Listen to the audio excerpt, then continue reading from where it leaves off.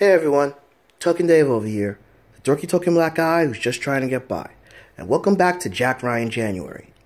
In anticipation of the new Jack Ryan series from Amazon Prime that will be released in March, I'm taking it upon myself to review all of the Jack Ryan movies that have been released up until this point. Well, the Jack Ryan series continues with the second installment, Patriot Games. So, CIA analyst Jack Ryan has quit the CIA and has become a full-time teacher, history teacher actually, in the Naval Academy in Annapolis, Maryland. While on vacation in London, Jack thwarts an assassination attempt on the royal family and in the process kills one of the terrorists, whom happens to be the younger brother of the captured terrorist, Sean Miller. After Miller escapes his prison transport, filled with hatred and revenge of Jack Ryan's interference, Miller is gunning for Ryan and his family. So, of all of Tom Clancy's novels, Patriot Games has the most simplest plot, as you just heard me, describe, right? And, so since this one has a much simpler plot, we're not really taken too much into depth into basically, more of the techno-espionage as the previous movie, as well as the previous novel. Here, Patriot Games, it's basically more of a revenge story with some espionage jargon here and there, The biggest espionage-related thing that we have is a bit of a conspiracy, this conspiracy dealing with basically, the IRA, the Italian Republic Army. Basically, you have, if you know much about the IRA, which unfortunately I don't, we just know that basically, there's a bit of tension between, the Irish Republican Army and England. And basically,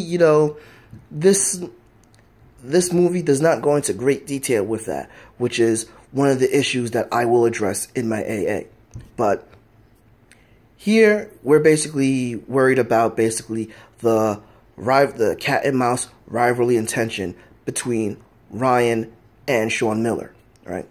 So, in this second installment, we have major acting changes over here. Unlike the previous movie, the only returning actor and character from Hunt for Red October is James Earl Jones, who continues his role as Rear Admiral James Greer. The role of Jack Ryan this time falls on the shoulders of seasoned actor Harrison Ford, who takes the Ryan character in a bit of a different direction. He is more of a calmer family man that is a little more calculative than analytical. I'll describe this when I do one of my last videos on the Jack Ryan January. But Jack Ryan is basically, Harrison Ford's Ryan is, one thing that's simple and one thing that's actually accurate is Ryan is a little more reactive in this, which basically, he is thrust in the middle of where one side wants revenge on him, the other side of that same group wants to actually basically, continue their mission, which is basically to disrupt England and the London bureaucracy of the elite and the royal family within Europe. Well, okay. If you see that I'm going a little back and forth, is because this particular movie I have a lot of mixed feelings for. The change from Ryan to Alec Baldwin wasn't noticed by me when I first saw the movie because I didn't even really read the novels itself, nor did I really realize that, The Hunt for Red October and Patriot Games was in the same continuity.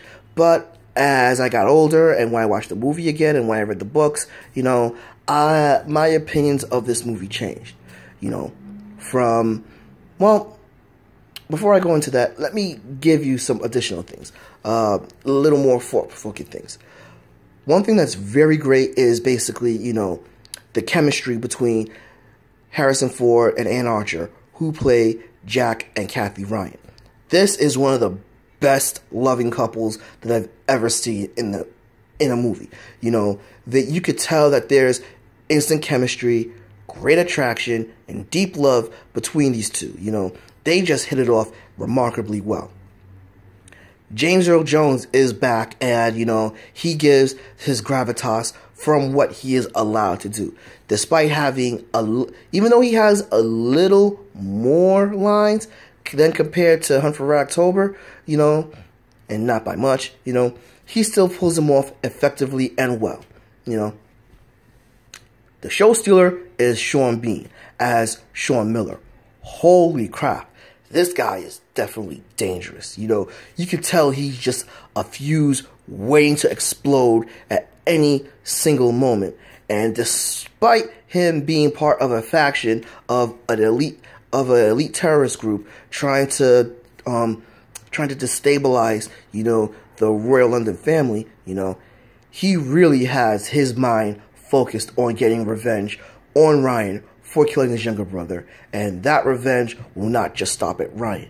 It will stop until his whole family feels the pain and the anguish he feels, which is not only geared towards Ryan, but it's also like, bubbling underneath his hatred and resentment for the London royal family, or the England royal family.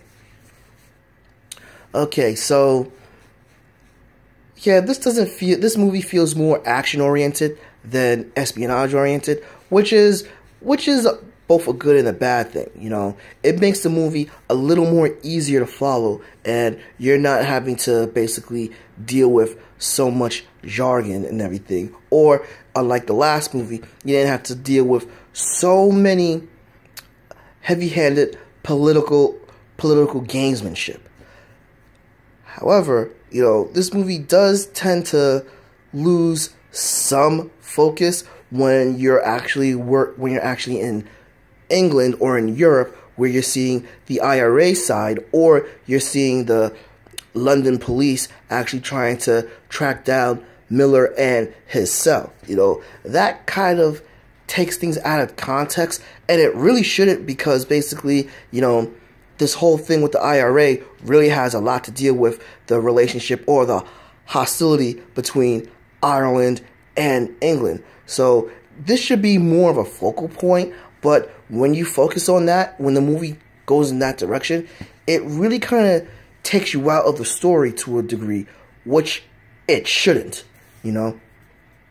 And another thing with this movie is, while there's a lot more characters, we're introduced to Robbie Jackson, played by Samuel L. Jackson in this movie, for example.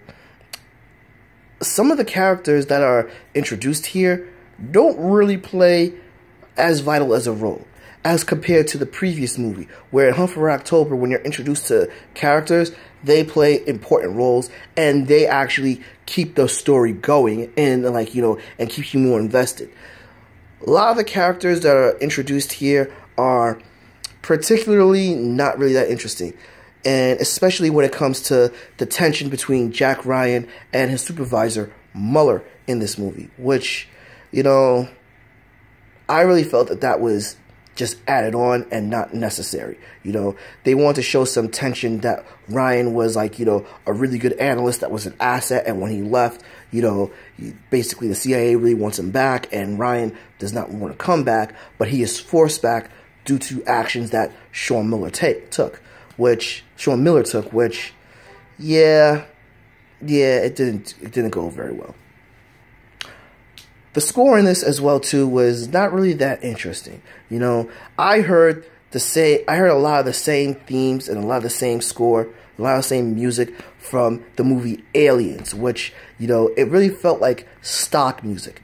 But I will admit, when it actually used some of the more Irish music for the score, it was fairly interesting, but it still was not really, really great or really propelled the movie well.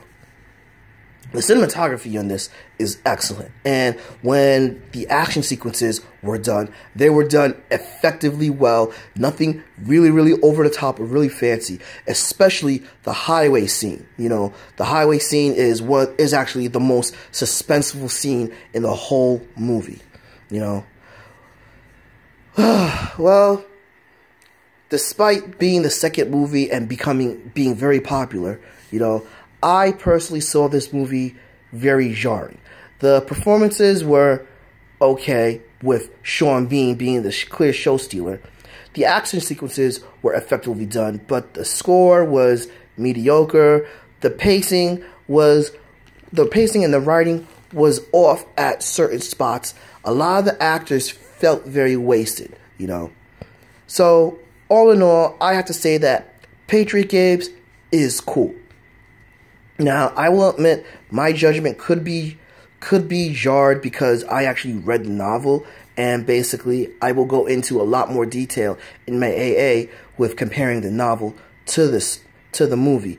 But if you're a fan of the movie series, you'll probably like this a lot if you didn't read the book. And if you've only watched this movie once, you know, I would say watch it again, because this movie does hold up fairly well today. Agree? Disagree? Drop me a comment below. Give me a like. Follow me on Facebook at Token Dave or on Twitter at TokenDave80. Subscribe, ring that bell so you know when a new video loads, and spread this video out. But until then, this has been Token Dave, the dorky token black guy who's just trying to get by, signing out.